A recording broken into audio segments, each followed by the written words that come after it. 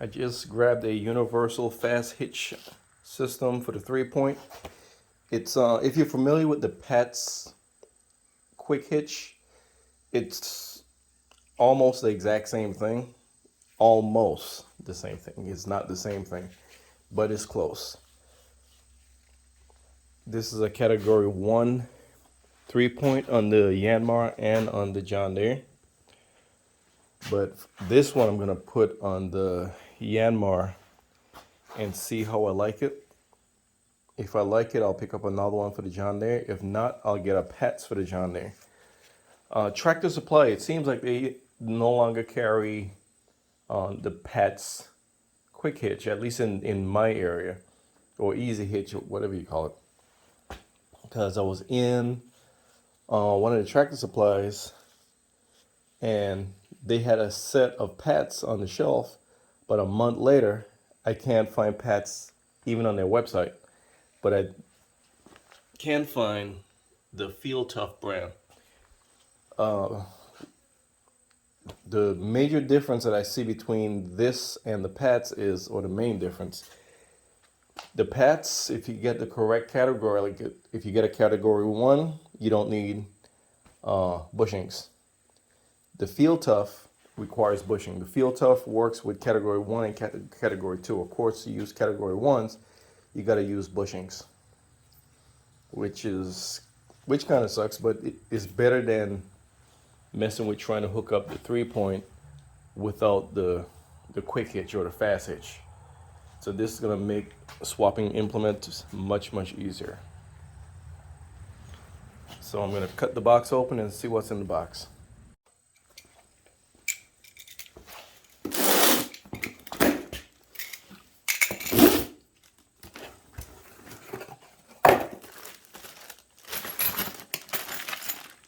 This is the set of bushings that it comes with.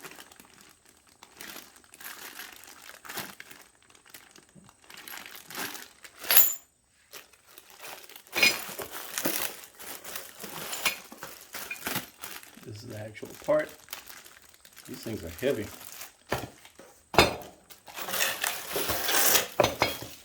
And this is the hardware kit. And this is the bungee or the strap that goes in between.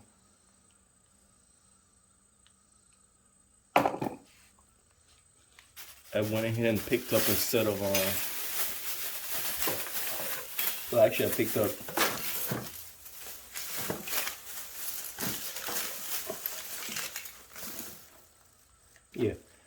I picked up another set of bushings, category 1, category 2, but again it comes with a set. And I picked up some more linchpins, just in case. Let's look at the instructions and get it set up. Alright, I just disconnected the rotary cutter from the tractor. Let me tell you something. That thing disconnected smooth as butter. I mean, so smooth. Putting that thing on was a pain in the butt because, again, that was brand new. And of course, nothing was ever hooked up on the output shaft before. So everything was tight. But after using it a little bit, smooth as butter. But now we're going to mount the, I keep wanting to say quick hitch, but it's a fast hitch. We're going to mount the fast hitch jaws on these things. It said use bolt number 4, which is the big bolt, and nut number 14, which is the big nut, to mount the jaws to the lower arms. Yeah, attach the main body of the fast hitch to the 3-point arms. Let's see if I could do that on the camera. Hope my battery don't die.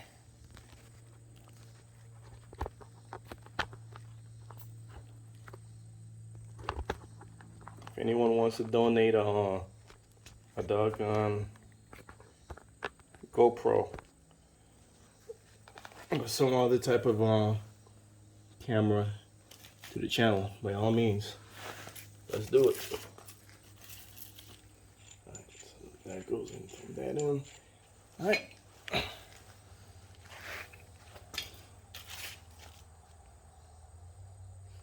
Okay.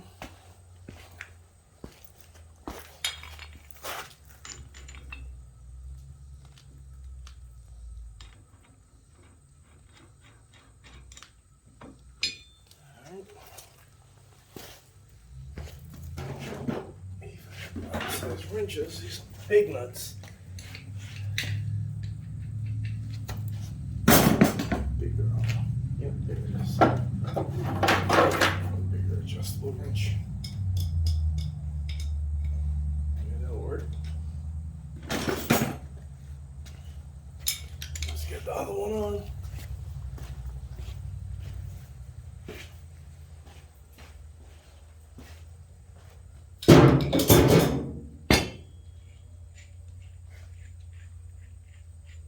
You know what, let me wipe that off.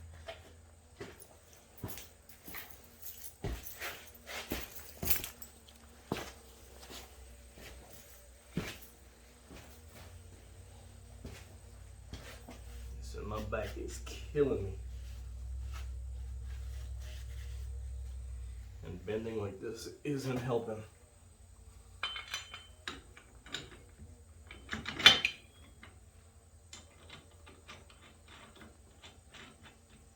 Alright, let's clean off this one.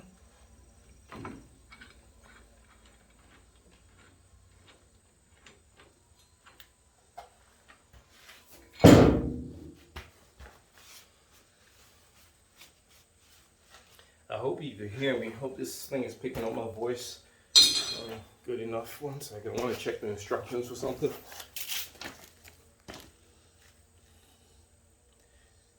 Alright, yep, that's correct. No washers. Just want to make sure. It seems weird that the instructions doesn't say to use washers.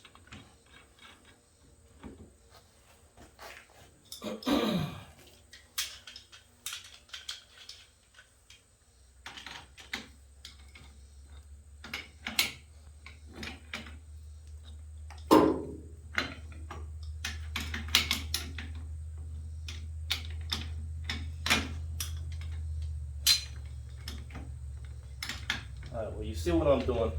I'm going to stop the camera and go ahead and tighten these to save battery life.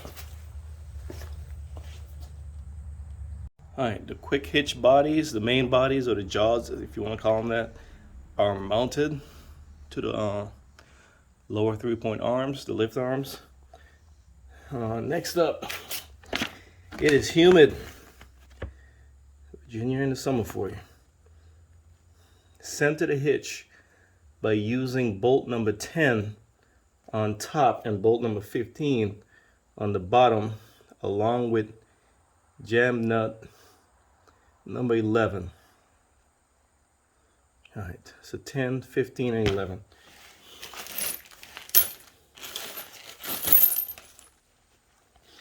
Let's find 10. All right, I think this is 10. 15. Okay, 15 is longer. The longer one go in the bottom, and the nut is 11. It's the same size.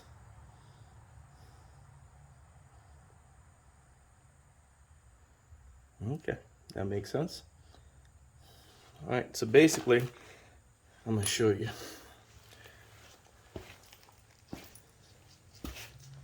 Run you got these two, and the nuts. The nuts are the same, the bolts are the same thread. Just one is longer than the other. The short one goes on top. Run it all the way up. The long one goes on the bottom. And you use these basically to center the hitch. Basically to put with the hitch, to center the quick hitch, to make it in line with the arm, basically. So now that you see what I'm doing, I'm gonna stop the camera again and go ahead and center both of them. All right, the quick hitch ends are mounted to the lower 3-point lift arms.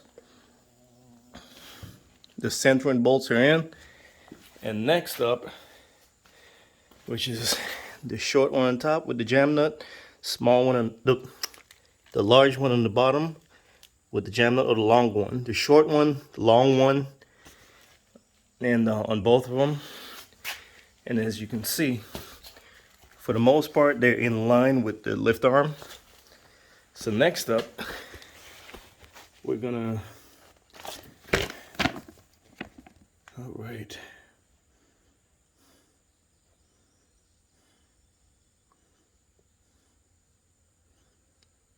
Just looking at the instructions.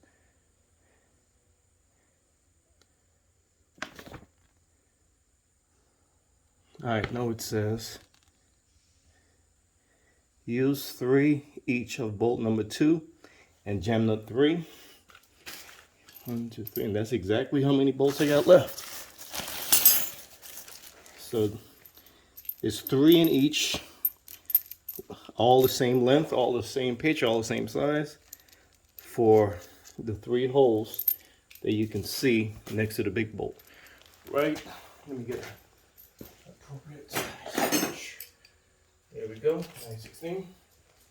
So these go in here. There's one there.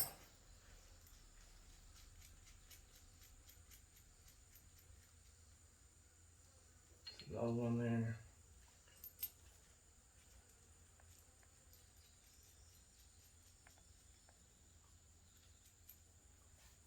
Another one here. And the other 3, same on the other side, and you got your jam nuts. This is to keep them again in line with the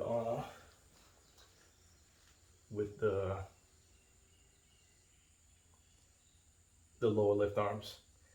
So now that you see where they go, I'm gonna stop the video again. All right, it's together. It's fully mounted. That's the rubber strap. Keeps it pulled together. Basically, the other side is identical to this side. This is an idea you can do. Use some of these straps, bungee cords, whatever, to keep your PTO shafts off the ground. All right, so these little cable things, you pull it back and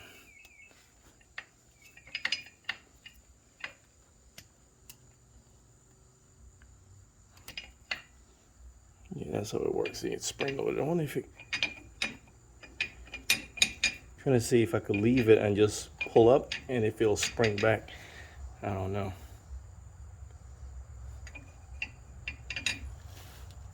But that hole looks pretty small. I wonder if it could work without the bushing. Let's see.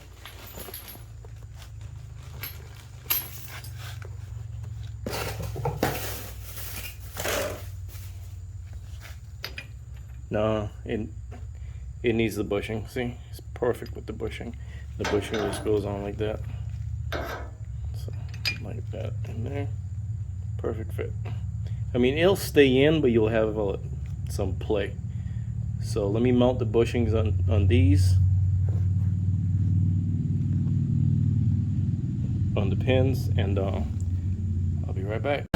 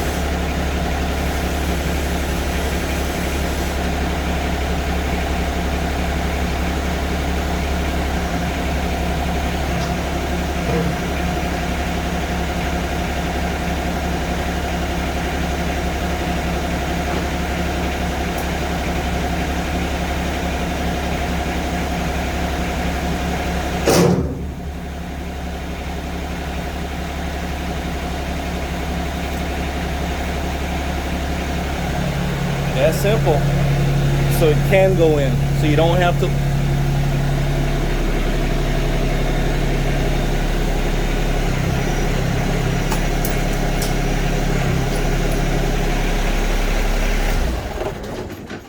All right, turned it off so you can hear me. So basically, it will snap in. You don't have to lock the jaws back on the cable. That's for when you're releasing them, really. You pull it back. But they will snap in.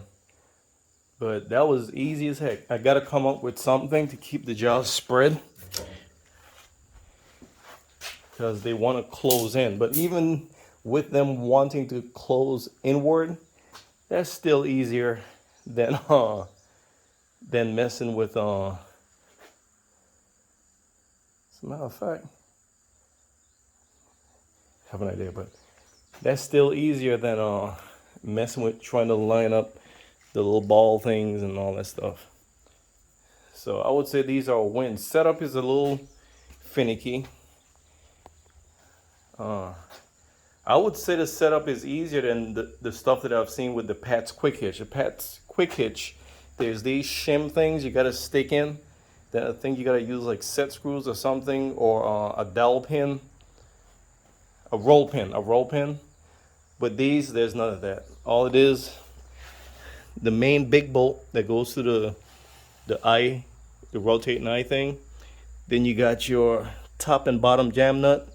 Then you got the 3 side jam nuts, and that's it. That is it.